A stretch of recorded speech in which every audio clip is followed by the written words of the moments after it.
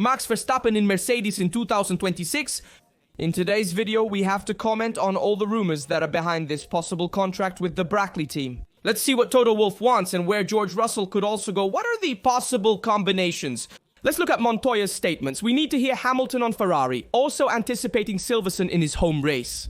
Let's also look at Sauber's United Kingdom headquarters and Vasseur's statements. Before we begin, please leave a supportive like and let's get started immediately. In the F1 paddock, rumors about Max Verstappen's future spread rapidly, causing a stir with every whisper.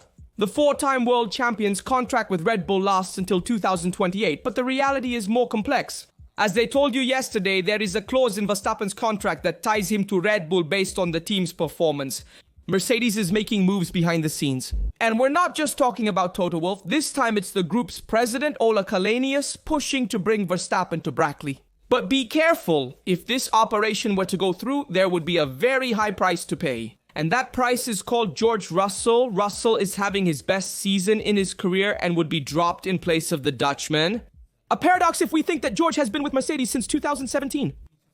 Grown up in the junior program along with Kimi Antonelli and strongly wanted by Toto Wolff himself. 9 years of work risk being burned in an instant. Antonelli himself would be alongside Verstappen, a teammate known for his uncompromising racing style. The risk that the young Mercedes project could be completely swept away would be a huge blow to Toto Wolff's image and sporting vision.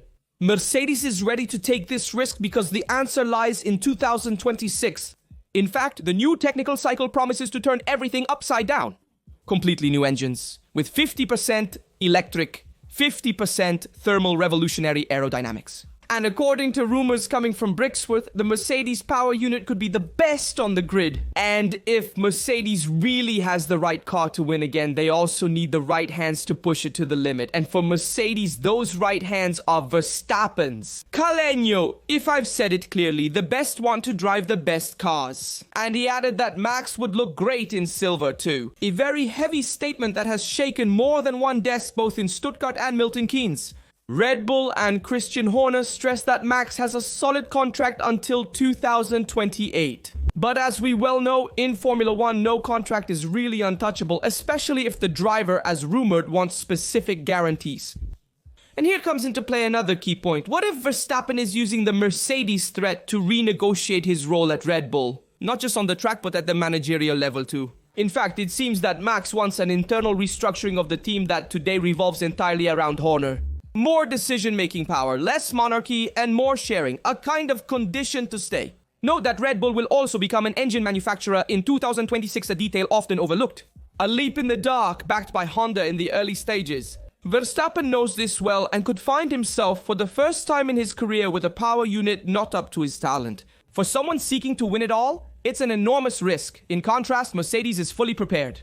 The 2026 project is structured, tested, developed years in advance. And the chance to immediately fight for the World Championship is real. And Max knows this well. That's why he wants to go to the team that gives him the most chances to fight for the title from 2026 onwards. But there's another side to the coin. If Mercedes starts winning again, all the credit will go to Verstappen. However, if the project fails, Max certainly won't be willing to take the fall like Russell would. The debate is open in Brackley. Choosing Verstappen means raising the bar. A win or lose everything moves, so win or lose it all. In the meantime, Russell is waiting for his renewal. He's on hold. And it's a sign because if Kalenius really wants Max and Wolff hesitates, it means that the team's internal visions are no longer so aligned. Mercedes is 33.3% controlled by three entities: Toto Wolff, Kalenius, and Ineos. All it takes is for one to push in the opposite direction and the machine jams. And finally, the big question remains, does Max really feel like leaving his comfort zone?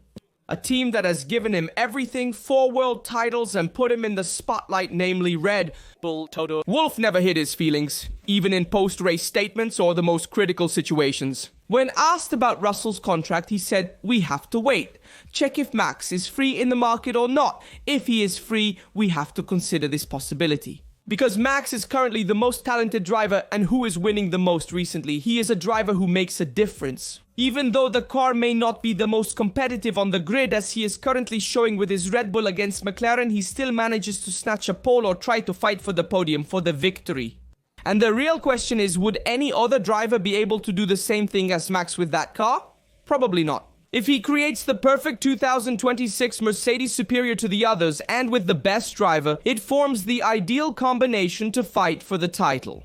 And Toto Wolff knows it well. And also, Kalanius is considering this hypothesis. That's why they are waiting to renew Russell's contract. Because Verstappen's clause, which ends after Spa here before the summer break, determines whether Max is free from the contract or not. Red Bull, in case Max is free, and therefore his contract does not have to be extended until 2028, but he can terminate it earlier.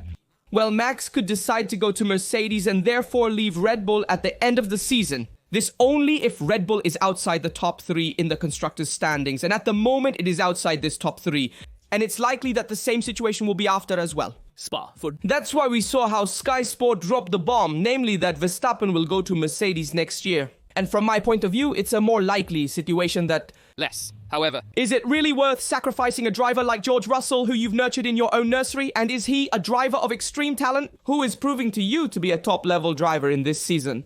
While George maintains an impeccable profile responding with textbook political correctness, the truth is that his seat is no longer secure. He would have been offered a 1+1 renewal with the real possibility of being dropped in 2027 if Max really should arrive. However, this would also be a demonstration that Mercedes does not want to keep Russell within the team, but wants to wait for Max to be free to bring him home. Helmut Marko keeps repeating it. As long as we are competitive, Max is not going anywhere. And he's right, because he's just in Red Bull. Full throttle, freedom and power. The problem is when the machine and power are lacking, and then doubts arise. Red Bull's future is uncertain as they venture into engine manufacturing for the first time, as previously mentioned. And this complicates the situation because the engines will be completely new. And it will be a significant and revolutionary project compared to the past, which will be entrusted 100% to Red Bull powertrains for the first time. That's why Otto Wolff knows it and doesn't let go. Sources say Verstappen's team has already contacted Mercedes directly. The negotiation is serious, advanced, and concrete.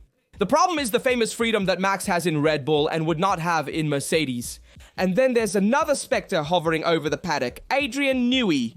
If he really ends up in Aston Martin, Verstappen could follow the English genius instead of wearing silver. And it's exactly this possibility that Wolff absolutely wants to avoid. Letting Max go to other teams would be unforgivable. Ferrari is sidelined, watching the negotiation between Wolff and Max Verstappen without a say in the matter. Because in the end, Ferrari currently has Leclerc and Hamilton, and they have no intention of questioning their own drivers. Right choice, wrong choice, I leave the judgment to you. But certainly when there's a 4-time world champion available on the market, you can't pretend nothing's happening and be indifferent. Toto Wolff knows this well, and that's why, despite having a very strong pair of drivers, that is, Russell and Antonelli, want to try to bring Max Verstappen to their team. Toto Wolff has stated that a 4-time world champion needs to decide their future, likely in negotiation. Now Mercedes has made their offer to Max, and Max wants to wait until after Spa to decide what to do with his future. Vettel's options are staying with Red Bull, joining Mercedes, or moving to Aston Martin. Ferrari is not part of this negotiation. But we also have to look at Juan Pablo Montoya's statements on this situation. The Austrian Grand Prix start saw one of the season's most absurd moments between Verstappen and Kimi Antonelli. Andrea Kimi Antonelli, despite a strong start, botched the braking at turn 3. His Mercedes came in like a bullet and hit Max Verstappen's Red Bull squarely. The chaos was immediate. The team radios reveal Max was furious, yelling idiot over the radio in the heat of the moment, while Liam Lawson and Gabriel Bortoledo had to widen their escape route to avoid an even worse pileup. Antonelli tried to save what could be saved, but it was too late. He locked the rear, tried to avoid the cars in front, but the only thing he found was the #1 Red Bull. A heavy mistake for the young Italian, fresh from the podium in Canada and immediately in the eye of the storm, but a youthful mistake is understandable. Even Toto Wolff has forgiven him for this. But the reaction in Verstappen was surprisingly calm. Juan Pablo Montoya jokingly commented on the incident, questioning why Verstappen was so kind to Antonelli after the accident. Perhaps because they are already teammates, a jab that immediately makes you think of the market. 2026. Then Montoya commented on Antonelli's accident. Antonelli braked too late, probably surprised by how early the others braked, and reacted impulsively. He locked up and attempted to minimize damage. If that incident had decided the championship, Verstappen would have exploded, but I believe Max empathized with Antonelli in that moment. He knows well what it's like when you're young, under pressure, and you miss the breaking point. In fact, I think Max was almost relieved to have ended a weekend that for him was already a nightmare. Because Red Bull was having a lot of trouble. In Austria, McLaren was dominant, and this once again showed that there is no escape this season. Either Norris or Piastri will win the World Championship, and Verstappen won't be in the way. And surely Max thought of him when he was young, who made several mistakes both in Toro Rosso and in Red Bull. Youthful mistakes are understandable because a talented driver sometimes struggles to contain their ability and overdoes it on the track. We've witnessed it with Max and Charles himself, back when he was at Ferrari. He overdid it a few times with Vettel, going head-to-head with a 4-time world champion like Seb. We always remember in Austria or even in Brazil, there were several incidents where Charles was too aggressive, but he was also younger. The same thing happens with Kimi, who is the youngest driver among those I mentioned, because Kimi is 18 years old, it's his first year in Formula 1. And in a top team like Mercedes, it's normal that he needs to grow and gain experience. So the mistake is absolutely justified. By the way, Max, as Juan Pablo Montoya also says, knows that he could perhaps be his teammate next year. He doesn't want to create a turbulent situation from the start, so he prefers to keep calm and try to keep the situation as it is, avoiding making a scene as Max usually does. We must now discuss Lewis Hamilton's statement regarding Mercedes' plans for 2026. We should soon focus entirely on the development of the 2026 car, Hamilton said, talking about Ferrari. Or at least as soon as possible. I know all the teams are already doing it. I know Mercedes is already focused on next year, and this is a strong message. And maybe it's a bit controversial too, because when Hamilton brings up Mercedes, his former team, which he knows perfectly well, he doesn't do it by chance. He wants to raise the bar. He wants Ferrari to stop chasing an impossible dream in 2025 and finally start building something solid for 2026. Because everything will change in 2026. New regulations, aerodynamics, and power units are key factors. Hamilton emphasized the importance of developing the right power unit philosophy for next year. As for the suspensions and everything else, we saw the first sign in Austria. Ferrari broke the silence and brought a major update. A completely revised base for the SF25 signed by Diego Tondi and approved by the user experience research.